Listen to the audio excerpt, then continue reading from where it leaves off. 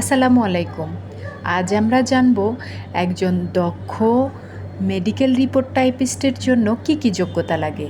সর্বপ্রথম তাকে graduation complete করতে হবে এবং কম্পিউটার সম্পর্কে ধারণা রাখতে হবে, স্পেশালি এমএস ওয়ার্ড সম্পর্কে, এবং টাইপিং স্পিডটাও একটু বেশি থাকতে হবে, কেননা আপনাকে একজন মেডিকেল রিপোর্ট টাইপিস্ট হিসেবে নিয়োগ দেওয়া হয়েছে। সর্বশেষ যেটা করতে হবে, রেডিওলজিক্যাল রোগ নির্ণয় করা যায় এই অর্গানগুলো সম্পর্কে বেসিক একটা ধারণা থাকতে হবে বা অ্যানাটমিটা জানতে হবে। তাহলেই হয়ে উঠবেন আপনি ইনশাল্লাহ একজন দক্ষ মেডিকেল রিপোর্ট টাইপিস্ট। পরবর্তী ভিডিও পাওয়ার জন্য আমার চ্যানেলটিকে সাবস্ক্রাইব করে আমার সঙ্গে থাকুন। ইনশাল্লাহ আমরাও হয়ে উঠব একজন দক্ষ মেডিকেল ট্রান্সক্রিপ্ট রাইটার। সবাইকে অনেক ধন্যবাদ। আল্লাহ।